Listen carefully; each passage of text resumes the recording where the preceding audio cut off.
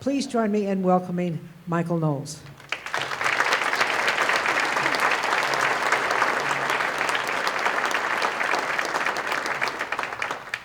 Thank you very much. It is such an honor to be here. Thank you to Donna for the invitation.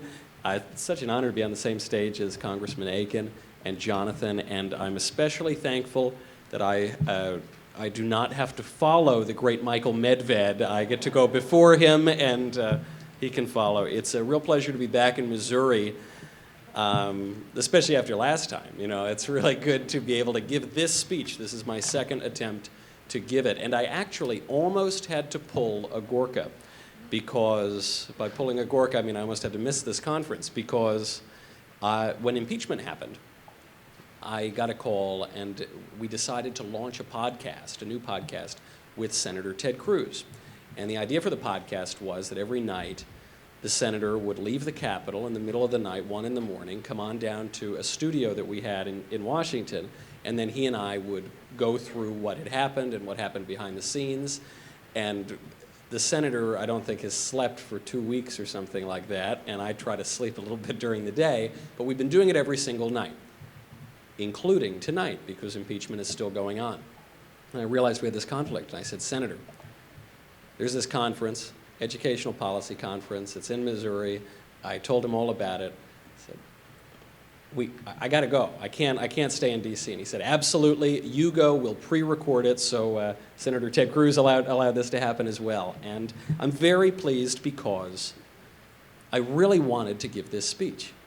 The topic of this speech is men are not women, which is not exactly groundbreaking stuff. However, it's very controversial these days. At the first time that I tried to give this speech at the University of Missouri, Kansas City, I was shouted down, as Donna, as you say, by a group of angry leftists, and then one particularly strange fellow wearing a mask broke open a fire door and sprayed me with a super soaker full of some combination of chemicals that very luckily did not injure me, and the only casualty of the evening was my blazer. So I left the event, and I'm glad that I get a second chance to give this speech. If anybody has brought a super soaker here, please do me the courtesy of not spraying my suit until I finish the talk. On campuses today, from preschool through college, the fact that men are not women is considered a bigoted statement. The New York Post just this week reported that there's a preschool teacher in Brooklyn at PS 58 who is very upset because he has to teach, according to his curriculum, that, quote, everybody has the right to choose their own gender by listening to their own heart and mind. Everyone gets to choose if they are a boy or a girl or both or neither or something else. That is what 3- and 4-year-olds are learning in Brooklyn. The infamous Drag Queen Story Hour, which just 5 years ago was a quirky event at 1 or 2 libraries in San Francisco, has now expanded to 45 cities across America, and it is entering the public schools as well, all the way back to elementary school and preschool. From preschool through college, American students are being indoctrinated into gender ideology.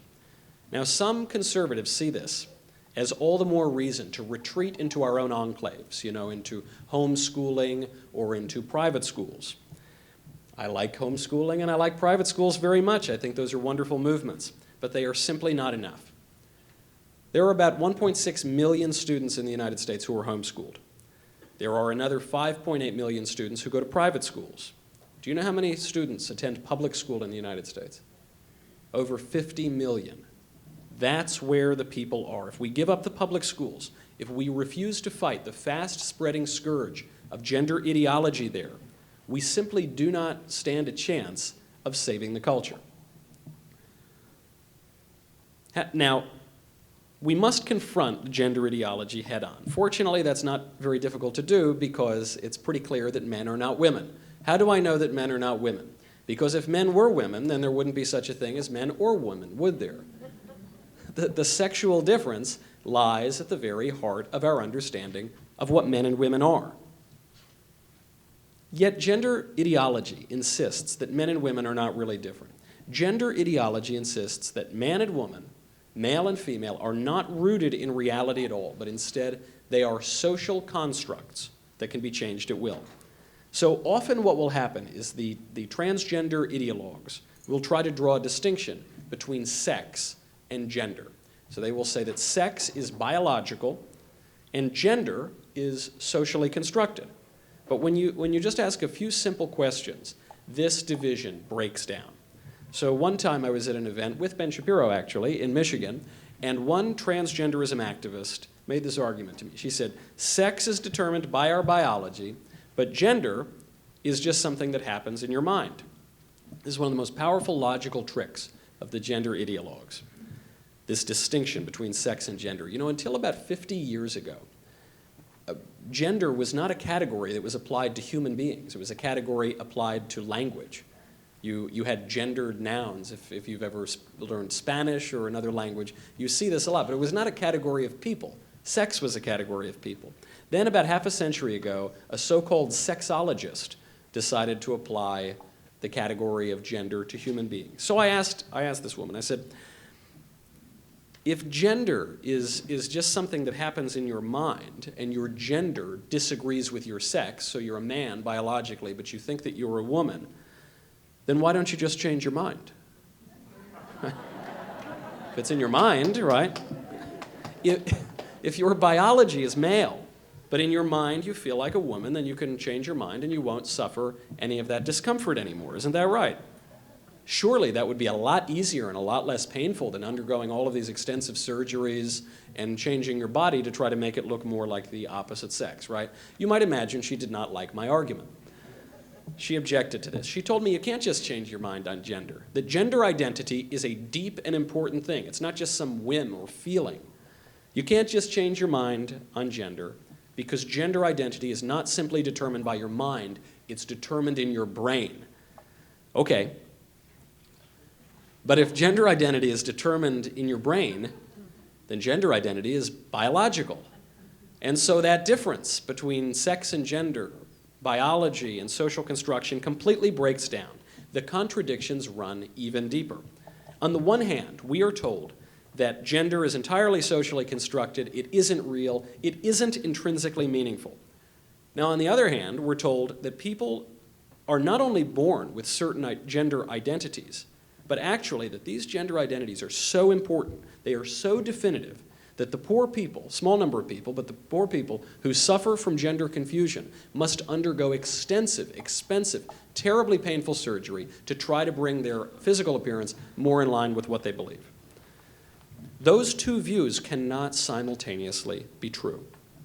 Either sex and gender are socially constructed, they're malleable, they're intrinsically insignificant, or they are real, natural, and unchangeable. They cannot both be true at the same time. Let's imagine for a moment that sex and gender really were socially constructed. They're just things of the mind. Then who exactly has the right to construct gender? Who exactly has the right to define what it means to be a woman or what it means to be a man? Here we see another big problem for the gender ideologues, which is the conflict between feminism and transgenderism. Feminism, much like transgenderism, is a gender ideology. Feminism makes certain claims about sex and gender and womanhood, what it means to be a woman, a wife, a daughter. Transgenderism similarly makes these claims about sex and gender. But the two ideologies make contradictory claims. So feminism, broadly, examines what it means to be a woman in light of all that terrible male oppression. I'm very sorry for all of that oppression. It explains what it means to be a woman in the long view of the patriarchy, that dreaded patriarchy, and it explores how women can reclaim their power from men by recognizing and redefining their own womanhood. Transgenderism also examines what it means to be a woman, but when it does this, it specifically does this from the point of view of men. This is a fundamental difference. In feminism, women define their own identity as separate from men.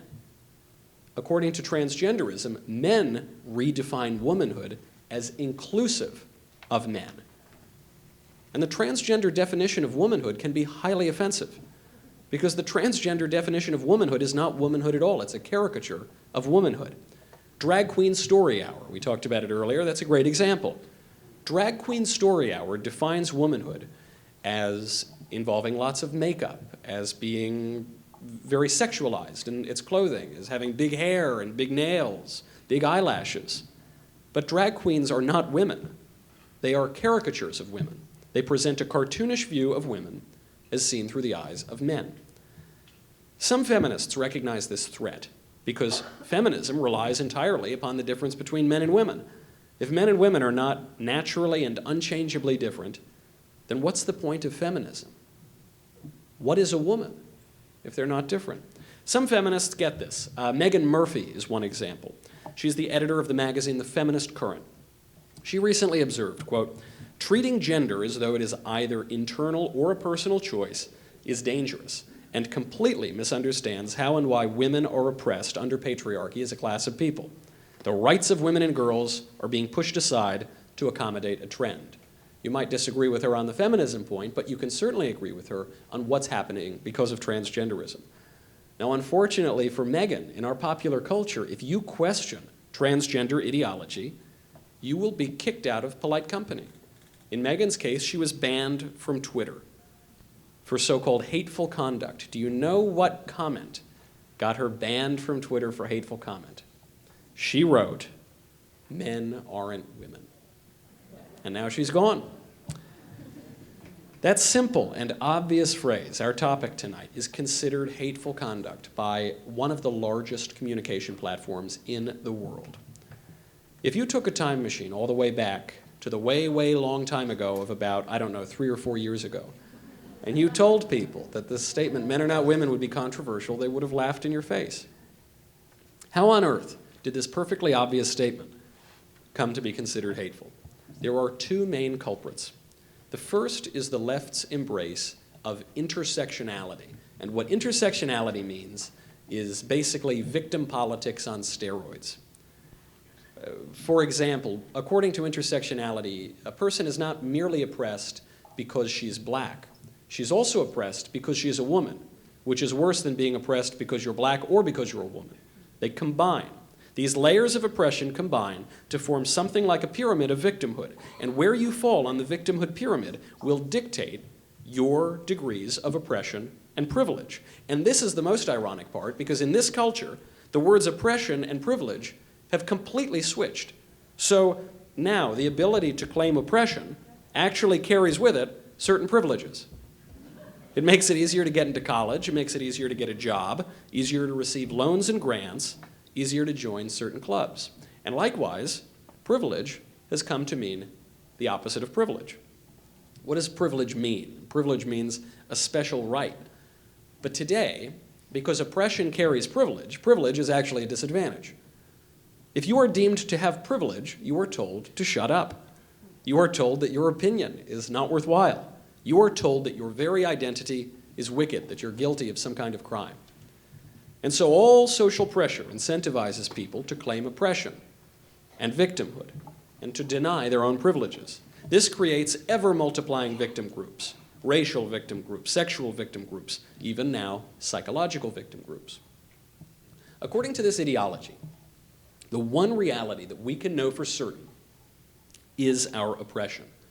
Race, sex, identity, all hopelessly complex, intertwined, ultimately subjective categories. The only thing that we can be certain is real is our victimhood.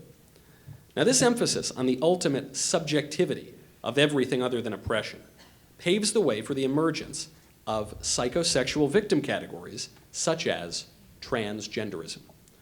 Doesn't matter whether a man who thinks he's a woman is really a man or a woman. What matters is the reality of his oppression. His victimhood alone demands that we indulge his delusions and offer him any social advantage he requests, whether that means using the women's restrooms or pumping him full of hormones. Who are you to say that he isn't really a woman? His suffering is real, and that's all that matters. This is the insidious argument that's offered by the gender activists. And it's not really an argument at all, is it? It's just an emotional appeal that masks awful ideas in saccharine sentiment. The premise of this argument, this premise is really wicked. The premise of the argument is that reality makes people suffer and that fantasy and lies make people feel better. That argument is a lie. That is the oldest lie in the world. Jonathan brought up the Garden of Eden. That is the lie that Satan told Eve in the Garden of Eden. It's the lie that the devil told Christ in the wilderness. Left-wing politicians often quote a line from a famous play written by a socialist atheist named George Bernard Shaw. This goes all the way back to JFK, and it was used by his brother RFK. It was used by his brother Teddy Kennedy. It's been used by generations of left-wing politicians since. The line has become famous. He said, I'll spare you my JFK impression. I'll just tell you the line. The line is, some people see things that are and say, why? I dream things that never were and say, why not? Often quoted. I'm sure many people in this room have heard it. It's repeated all the time. Bobby Kennedy made it particularly famous. Somehow, I guess the Kennedys didn't have Google back then. They didn't look up where the quote comes from. It comes from this play by George Bernard Shaw. It comes from a play called Back to Methuselah. And specifically, the line comes from the mouth of the serpent in the garden tempting Eve. They are literally the words of the devil. This insistence on fantasy over reality is the lie that every tyrannical government has ever told its people. It's the lie that led to the guillotine. It's the lie that led to communism, cost 100 million lives in the 20th century. It's the lie that leads to breadlines. Forget what we know about reality and human nature. We can remake reality. We can remake human nature. But of course we can't. Reality reasserts itself in the end. We cannot remake reality, and we cannot remake our human nature. Transgender activists say that it's cruel not to let gender-confused people inject themselves with hormones and mutilate their bodies. They point to very high rates of suicide among gender-confused individuals. But what they fail to acknowledge is that those suicide rates remain statistically exactly the same, even after the surgeries and the hormone treatments. There is no evidence whatsoever that hormone treatments or surgeries or gender-neutral bathrooms have any effect whatsoever on rates of anxiety or depression or suicidality among the gender-confused. This is why the pioneer of the transgender surgery ultimately stopped performing the treatment. Dr. Paul McHugh, the chief of psychiatry at Johns Hopkins from 1975 until 2001, ultimately shut down the university's pioneering gender identity clinic, and he did it because he saw that it was medical malpractice. There are other victims of transgender ideology as well. Aside from women and girls who don't want to be subjected to changing next to grown men in the locker room, there are the female athletes who compete for prizes, who compete for scholarships, who compete just to win the game. When men who identify as women compete in women's sports, the men win. Last year in Connecticut, 2 young men who identify as young women competed in the state track championship. Guess who came in first place? Guess who came in second place? You guessed it. Men are not women. Men are physically stronger than women. Some time ago, tennis player Serena Williams said that she could beat a professional male tennis player at a game of tennis. Now, our gender-neutral culture immediately accepted that absurd suggestion.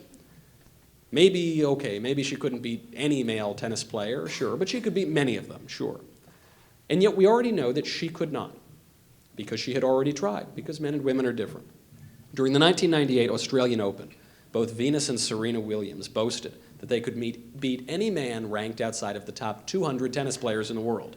So the German player Karsten Brosch, who was ranked just outside number 203, he accepted the challenge. And before his back-to-back matches with the Williams sisters, right before that morning, he played a round of golf, drank 2 beers, smoked a handful of cigarettes, and then he beat Serena 6-1 and Venus 6-2. I'm not mocking the Williams sisters. They're excellent athletes. They are wonderful female tennis players. But men are different than women. They're physically different than women. By pretending that men can be women and women can be men, we disadvantage women. We abolish forever the category of women's sports, all to indulge a delusion. And for what? How many people in the United States suffer from gender confusion? Most estimates put that number at about 0.03%. In recent years, as gender ideology has pervaded the culture, that number has actually doubled. So either cultural pressures and social incentives are playing some role here, or else there's something in the water. I don't know. I think it's probably the former than the latter. In any case, even if it's the extreme estimate, We're talking about 0.06% of the population. And yet the topics associated with transgenderism, gender-neutral bathrooms, asking people's preferred pronouns before you address them, those topics have dominated our national conversation for several years now. What gives? Why is the American left spending so much time, so many resources on such a rare psychological condition that affects an infinitesimally small number of people? Is it because leftists just really, really care about this very, very tiny sliver of the population? I suspect not. I suspect the reason has more to do with ideology than psychology. We are living in the early stages of the most dangerous sex scandal in history. I'm not talking about that congresswoman with the staffer and her husband that we all read about 2 months ago. I'm not talking about Joe Biden's shoulder massages. I am talking about a much more dangerous sex scandal. I am talking about the early stages of the gender-neutral society.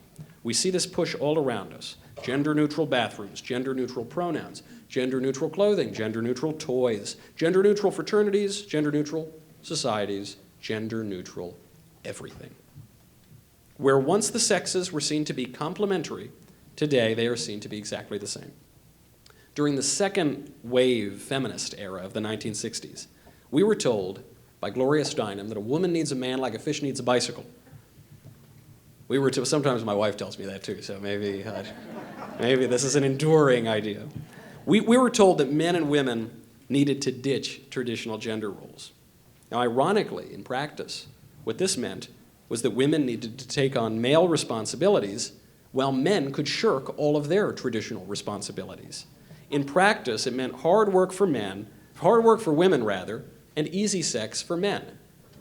How is that working out for men and women? According to a 2011 study, men consider themselves consistently happier than women. Go figure. Shocking, huh?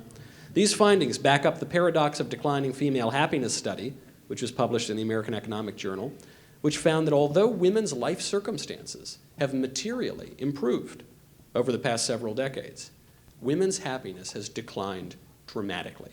That's both in absolute terms and relative to men. Meanwhile, men actually haven't made out terribly well either. We're witnessing increasing rates of anxiety and depression among young men, increasing rates of drug addiction and suicide among older men. People aren't getting married. They aren't having kids. They aren't even having sex. The topic that we're talking about is the sexualization of the culture, and yet young men aren't even having sex. The percentage of young men under 30 who report having had no sex in the past year has tripled since 2008. Even our language reflects this sterility of relations between the sexes. You know, no longer do we fall in love. Now we are in a relationship. Cole Porter did not sing, "Let's do it, let's be in a relationship." He never did that. When my left-wing friends introduce me to their boyfriends and girlfriends, they refer to them as partners. I'm not talking about homosexuality, gay people. I'm talking about straight people, heterosexuals. The man will introduce the woman as his partner, vice versa, like they're business associates. Some romance. This gender-neutral society is one of confusion, sterility, and disappointment. Sexual difference, for those of us acquainted with it, is one of the great joys of life. In Alice in Wonderland, Humpty Dumpty says to Alice, "When I use a word, it means just what I choose it to mean, neither more nor less." And Alice responds to Humpty Dumpty and says, "The question is whether you can make words mean so many different things." Humpty Dumpty knows better. He says to Alice, "The question is, which is to be master? That's all." Those who would redefine reality would be our masters. They tell us not to believe our lying eyes. But fantasy is not reality. Ideology is not truth. Men are not women. Choose the truth above all things. There is a lot more at stake than bathrooms and pronouns. Thank you very much.